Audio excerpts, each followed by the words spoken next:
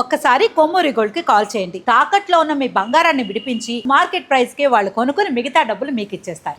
ప్రస్తుతం అంబటి రాంబాబు అరెస్టు వ్యవహారం ఏపీలో తీవ్ర రాజకీయ దుమారం రేపుతోంది. కాపులను టార్గెట్గా చేసుకొని వేధిస్తున్నారంటూ వైసీపీ నేతలు దీనిపైన విమర్శలు అయితే చేస్తున్నారు. ప్రస్తుతం దీనిపైన స్పందించేందుకు మనతో పాటు తిరుపతి జనసేన ఇన్ఛార్జ్ కిరణ్ రాయలు ఉన్నారు.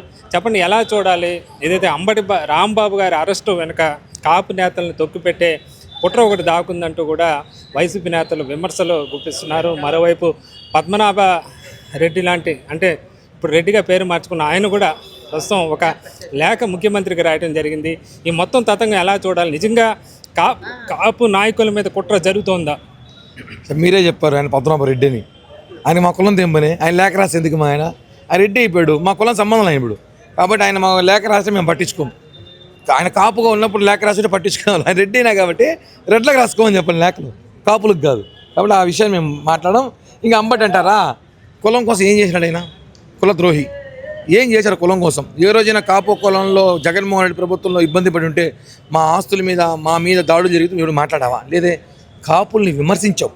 కాపులు తాగుబోతాలు, కాపులు మాంసం తిని నిద్రపోతారు, అమ్మాయిలతో చెడు వ్యవసనాలు పెట్టుకున్న వాళ్ళంతా కాపులంతా వీళ్ళు రాజకీయాలకు పనికిరారని చెప్పిన అంబటి రాంబాబు ఈరోజు నువ్వు నీ కుటుంబ సభ్యులు బయటకు వచ్చేసి కాపులం మేము కాపులపై దాడి అంటారా? కుల రాజకీయం చేస్తారా? లడ్డూ విషయాన్ని డైవర్ట్ చేయడానికి కుల రాజకీయం మొదలెట్టింది వైసీపీ. దాన్ని తాడేపల్లి ప్యాలెస్లో కూర్చొని జగన్మోహన్ రెడ్డి నడుపుతున్నాడు, లేదా బెంగళూరులో కూర్చొని నడుపుతున్నాడు తెలియట్లేదు. ఇది కరెక్ట్ కాదు. అంబటి రాంబాబు కాపు ద్రోహి, కాపుకు సంబంధించిన వ్యక్తి కాదు.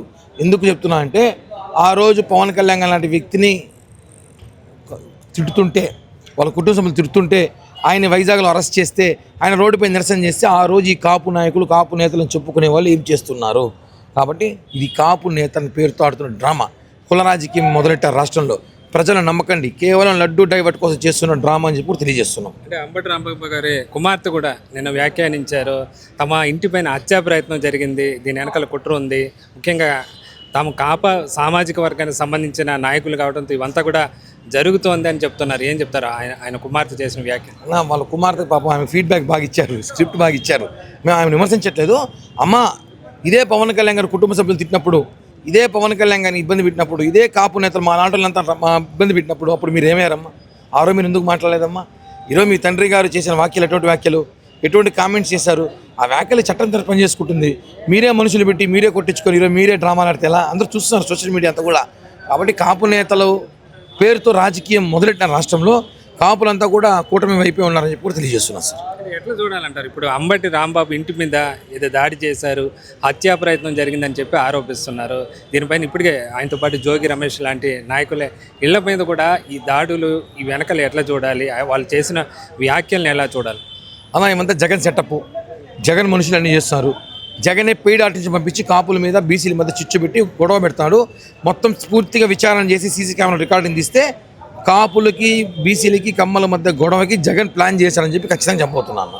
ఎట్లా చూడాలంటారు? భవిష్యత్తులో దీనికి సంబంధించి కూడా ఉద్యమం చేస్తాం, మేము దీన్ని ఏదైతే రాష్ట్రపతి పాలన విధించాలి ఏపీలో, దీన్ని ఢిల్లీ వరకు తీసుకెళ్తాం అని చెప్తున్నారు. ప్రస్తుతం వైసీపీ నాయకులు వరుస పెట్టి దాడులు చేస్తున్నారు, రాష్ట్రంలో ప్రజాస్వామ్యం లేదు అని చెప్పి వ్యాఖ్యానిస్తున్నారు. రాష్ట్రపతి పాలన తీసుకున్న గొప్ప నేతలు ఎవరు లేరు వైసీపీలో, అంత చిల్లరగాలే. వాళ్ళ మాటలు వాళ్ళ చుట్టుపక్కల వాళ్ళు పక్కనింటిలో కూడా పట్టించుకోరు. కాబట్టి వాళ్ళ గురించి ఎక్కువ డిస్కషన్ చేయలేము. రాష్ట్రంలో ప్రశాంతత భద్రత తీసుకురావడం బాధ్యత మాది, కూటమి ప్రభుత్వంది. పవన్ కళ్యాణ్ గారు ఇప్పటికే సీరియస్ యాక్షన్ తీసుకోమన్నారు. ఎవరు కూడా కుల రాజకీయాలు చేసి మత విద్వేషాలు చేస్తే మాత్రం ఊరుకునేది లేదు. ఎంతవరకైనా లిమిట్ ఉంటుంది. లిమిట్ క్రాస్ చేస్తే ఖచ్చితంగా పరిణామాలు తీవ్రంగా ఉంటాయి. నిన్న పవన్ కళ్యాణ్ గారు సమావేశంలో వ్యాఖ్యలు చేయడం, ఆయన మధ్యలో దీనిపైన జనసేన సంబంధించిన నాయకులు సీరియస్గా రెస్పాన్స్ కావడం లేదు, తాను ఒక్కడే మాట్లాడుతున్నానంటూ కూడా ఈ సమావేశం మధ్యలోంచి కూడా వెళ్ళిపోయారని చెప్పి కూడా చెప్తున్నారు. ప్రస్తుతం ఎలా పవన్ కళ్యాణ్ ఏం చెప్పారు నిన్న జరిగిన సమావేశంలో, ఎందుకని ఆయన మధ్యలో వెళ్ళిపోవాల్సిన పరిస్థితి వచ్చింది? అన్న మధ్యలో ఏం వెళ్ళిపోలేదన్న. ఆయన సమయం గంటసేపు మాట్లాడు, తర్వాత ఆయన వేరే ప్రోగ్రామ్ వదిలిపారు అంతే. కానీ దాన్ని YCP social media, YCP channels అలా ప్రచారం చేస్తుంది, తప్పది. పవన్ కళ్యాణ్ గారు ఎప్పుడూ ఓపెన్గా మాట్లాడతారు, ముక్కుసూటి మనిషి. మీరు తప్పు చేసి అని చెప్తారు. ఇప్పుడు జరుగుతున్న పరిణామాలు చూస్తున్నాం మనం 10 రోజులుగా. అలాంటి ఏమైనా ఉంటే మీరు పార్టీ దాకా తీసుకురాకండి, మీ వ్యక్తిగతం చెప్పుకోగలండి. మీరు పార్టీ మీద తీసుకురండి, ఒక వ్యక్తి తప్పు చేస్తే కులానికి పార్టీకి సంబంధం లేదు, అది ఆ వ్యక్తికి మాత్రమే సంబంధం అని చెప్పి గట్టిగా తిప్పి కొట్టమని చెప్పారన్న. సిట్టు రిపోర్టు పైన ఇప్పుడు వైసీపీ పెద్ద ఎత్తున దీని మీద ఎదురు దాడి చేస్తోంది.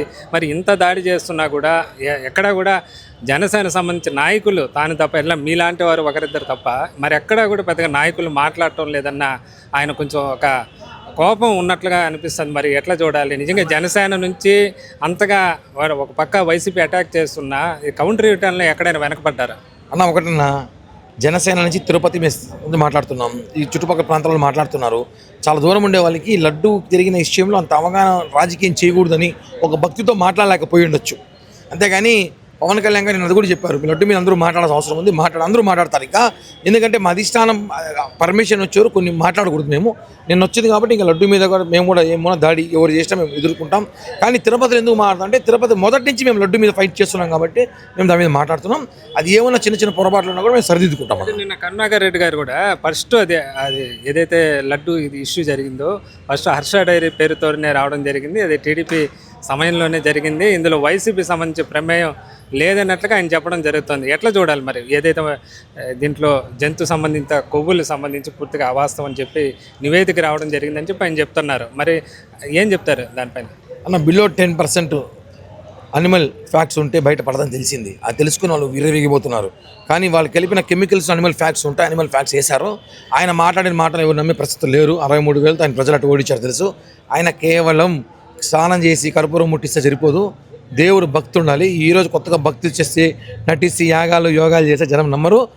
కరుణాకర్ రెడ్డి వీళ్ళందరూ కూడా, సుబ్బారెడ్డి వీళ్ళందరూ కూడా నాస్తికులు, భగవంతుని పేరుతో రాజకీయం చేసే వ్యక్తులు అని చెప్పి కూడా తెలియజేస్తున్నాను. జనసేన ఇప్పుడు ఈవో పైన చర్యలు తీసుకుంది ప్రభుత్వం. ఎవరు ఊహించలే ఫస్ట్, ఎందుకంటే ఈ ప్రభుత్వం వేసిన ఈవో పైన చర్య తీసుకున్నారు. మరో 2 అధికారుల పైన కూడా తీసుకోమని సిఫార్సు చేసింది. అంటే అధికారుల వరకే చర్యలు ఉంటాయా? ఇప్పుడు ఈ నివేదిక సంబంధించి కూడా ఎక్కడ వైసీపీ నాయకులు తమ మీద ఎలాంటి ఇది ఆరోపణ లేదని చెప్తున్నారు. ఎట్లా చూడాలి? ఇప్పుడు ఓవరాల్గా అధికారులు మాత్రమే బలయ్యారు దీంట్లో.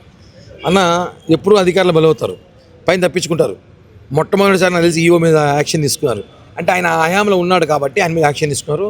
ఎవరైనా సరే, వెంకటేశ్వర స్వామి ముందర ఎవరైనా సరే తప్పు చేస్తే ఖచ్చితంగా శిక్ష పడాలి. ఎవరి మీద మేము యాక్షన్ తీసుకుంటాం. లడ్డు విషయంలో ఎంత టోలెన్స్ వదిలిపెట్టే ప్రసక్తే లేదు, అది మాత్రం వాస్తవం అన్న. ఈ విచారణ ఇంకా ఇప్పుడు ఫైనల్ ఛార్జ్ షీట్ అని చెప్పి సిట్ చెప్పింది. మళ్ళీ ఏమైనా ఈ విచారణ పూర్తి స్థాయిలో కొనసాగించాలి, ఇంకా పూర్తి నాయకుల పైన అప్పుడు ఏదైతే పెద్ద తలకాయల మీద కూడా చర్యలు తీసుకోవాలని ఏమైనా జనసేన పార్టీ పరంగా ఏమైనా కోరే అవకాశం ఉంది? ఖచ్చితంగా ఇంకా పూర్తి విచారణ జరగాలి. ఛార్జ్ షీట్లో కొంతమంది పేర్లు లేవని చెప్పి విర్రీగుతున్నారు, వాళ్ళ పేర్లు కూడా యాడ్ అవుతాయి. పూర్తి విచారణ చేస్తున్నాం. పూర్తి విచారణగా మళ్ళీ ఒకసారి మీడియాతో మాట్లాడతాము. కానీ తప్పు చేసిన వాళ్ళు ఎవరినైతే వదిలిపెట్టాం, దేవుడు మాత్రం వదిలిపెట్టాడు. 100% పూర్తి విచారణ చేసిన తర్వాత ఇంకోసారి మరీ ఛార్జ్ షీట్ వేస్తారు. ఛార్జ్ షీట్లో ఎప్పుడైనా నిందితులను యాడ్ చేసే అవకాశం ఉందని చెప్పి తెలియజేస్తున్నామన్నా. ఇది కిరణ్ రాయలు చెప్తున్నారు. ఏదైతే కాపు నాయకుల పైన ఏదైతే అటాక్ జరుగుతోంది కూటమి ప్రభుత్వ పాలనలో అన్న వైసీపీ నేతలకు సంబంధించిన ఆరోపణలు ఖండిస్తున్నారు. ఇదే అంబటి రాంబాబు గతంలో కూడా కాపుల మీద ఆయన చేసిన వ్యాఖ్యలు కూడా గుర్తుంచుకోవాలని చెప్పి ఆయన కుమార్తెకు కూడా సూచిస్తున్న పరిస్థితి అయితే ఉంది. మరోవైపు పవన్ కళ్యాణ్ ఏదైతే లడ్డు అంశం పైన జనసేన నాయకులు సీరియస్గా స్పందించడం లేదన్న ఆయన ఆగ్రహం పైన కూడా కిరణ్ రాయల్ దానిపైన కూడా తొలుత నుంచి ఇక్కడ తిరుపతిలో అయితే మాట్లాడుతున్నాం. మిగతా వాళ్ళ నుంచి హైకమాండ్ నుంచి ఆదేశాలు ఇప్పుడు వచ్చిన నేపథ్యంలో మరింత దీనిపైన ఉధృతంగా కౌంటర్లు ఇస్తామంటూ కూడా స్పష్టం చేస్తున్న పరిస్థితి అయితే ఉంది. ఇది ప్రస్తుతం జరుగుతున్న పరిణామాలపైన తిరుపతి నుంచి కిరణ్ రాయల్ ఆయన రెస్పాన్స్ చెప్పుకోవచ్చు. మొత్తం మీద లడ్డు అంశం అయితే ప్రస్తుతం ఏపీలో హాట్ టాపిక్ అయితే అంశంగా కొనసాగుతుంది. ఇదే సమయంలో ఏదైతే అంబటి రాంబాబు పైన ఏదైతే అరెస్టు వ్యవహారం కానీ జోగి రమేష్ ఇష్యూ కూడా ప్రస్తుతం పొలిటికల్గా హీట్ని పెంచాయని కూడా చెప్పచ్చు. కెమెరామ్యాన్ జయప్రకాష్తో వర్మ, మనం టీవీ, తిరుపతి.